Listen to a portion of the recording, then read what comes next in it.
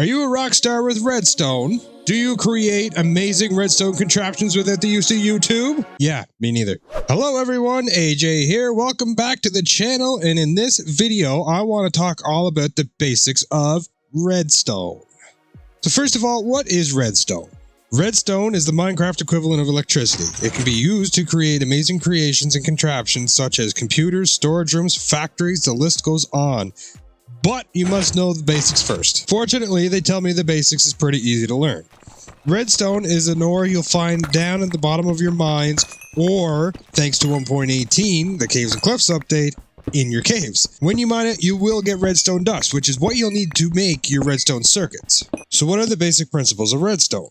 Redstone is all about that power! You can think of redstone being a bit like electricity.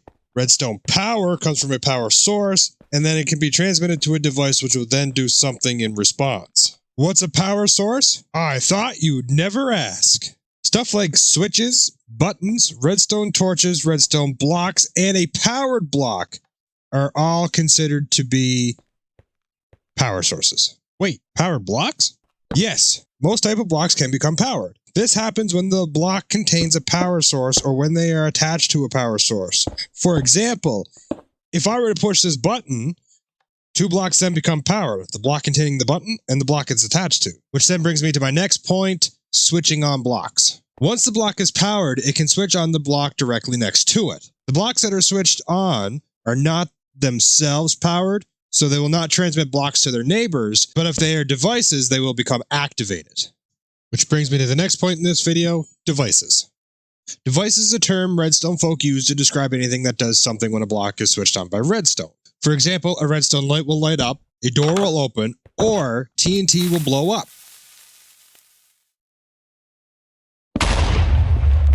So which blocks can be powered? So in general, solid blocks like stone, dirt, wood, and double slabs can be powered by redstone. However, transparent blocks or non-solid blocks like glass, ice, stairs, and chests cannot be powered by redstone.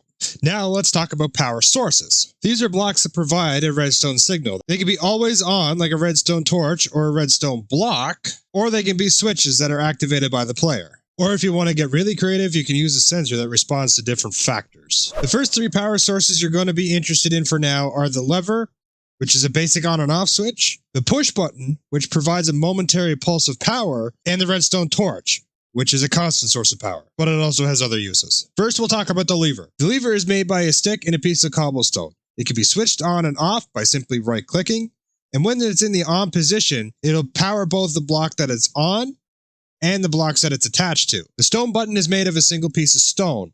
Once it's attached to a block and you right-click on it, it'll power the block that it is attached to and any blocks attached to said block. Its pulse power is 10 game ticks, which is also 1 second. Last but not least is the redstone torch. This is the most basic item of any redstone circuit. It is made from a piece of redstone dust and a stick, and once it is placed, it powers both its own block, plus the blocks it's attached to, and one above it. This is probably the best way to show that example. The redstone torch has another feature which makes it very important for redstone engineers.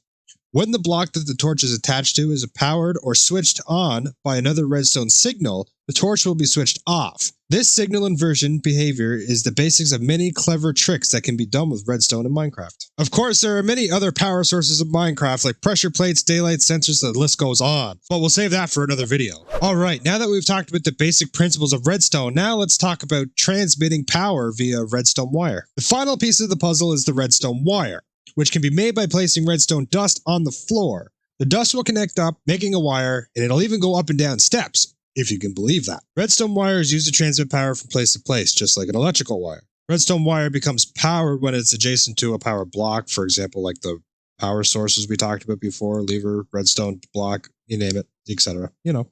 Redstone power runs along the redstone wire, powering the blocks underneath the wire.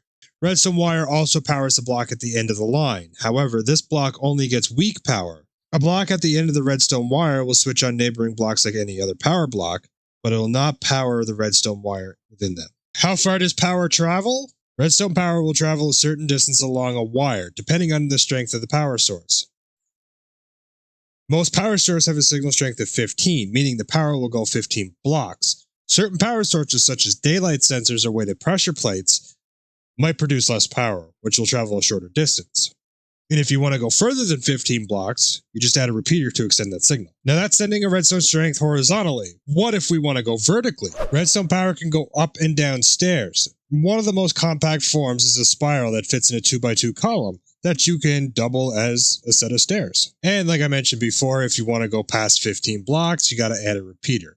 Though redstone doesn't bend this way, so you'll have to get creative. Certain blocks that are not quite solid can be used to build more compact ladders for redstone current, but it will only travel in an upward direction. These blocks are upside down stairs, slabs placed in the top half, maybe even glowstone. Redstone torches can be used to create ladders that move signals up and down. Redstone torches switch off if the blocks that they are attached to is powered, which is how these ladders work.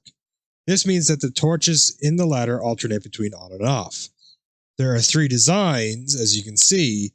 The first 2 transmit signal upwards, but this last one transmits signal downwards. Notice the redstone dust on top of each block.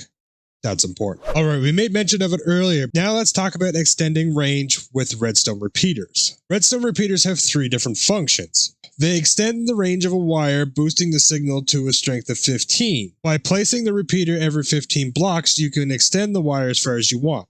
Kind of like what we did here. They introduce a small delay into the wire. You can set how long by right-clicking the cycle between 1, 2, 3, and 4. And that would be 1 tick, 2 tick, 3 tick, 4 tick. Now, they only allow redstone current to pass through one direction. If you notice the arrow, that means that's the direction that it's going in. If I were to place it this way, it doesn't work. It also doesn't work when you place it that way either. This last function means that redstone repeaters are handy if you want to place parallel wires close together without them joining up. Another use for repeaters is if you want to block the end of a redstone wire to receive a stronger power. Oh, and a redstone repeater is crafted by using smooth stone blocks, not cobblestone, redstone dust, and a redstone torch. So there you have it, some basic redstone for you. Now, I do know there is more to redstone, which is why I want to make this a little mini-series. So if there's anything else you want to know, please leave a comment down below. Also, if you like this video, make sure you hit the like button. It would really help out the channel. Also, subscribing would help too. It's free, it doesn't cost you anything, and it's just a click. But that being said, thank you all so much for watching, and I'll catch you in the next one. Bye! Oh, now I need a nap.